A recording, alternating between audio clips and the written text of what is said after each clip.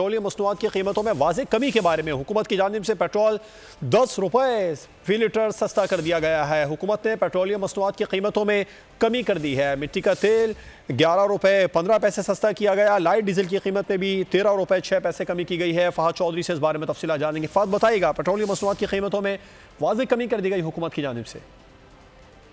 वज़ीर आज़म शहबाज शरीफ ने पेट्रोलियम मसनूआत की कीमतों में कमी की मंजूरी दे दी है। ज़राए के मुताबिक पेट्रोल की कीमत में 10 रुपये फी लीटर कमी की मंजूरी दी गई है, जबकि डीजल की कीमत में 13 रुपये 6 पैसे फी लीटर कमी की मंजूरी दी गई है। इसके अलावा जो मिट्टी का तेल है उसकी कीमत में 11 रुपये 16 पैसे फी लीटर कमी की मंजूरी दी गई है और ये कमी का इतलाक जो है आज रात 12 बजे से होगा।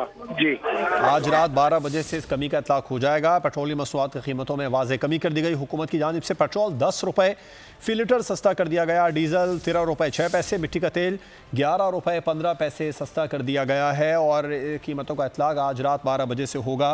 इस खबर के बारे में आपको बता रहे हैं, पेट्रोलियम मसनूआत की कीमतों में वाज़ेह कमी कर दी गई है।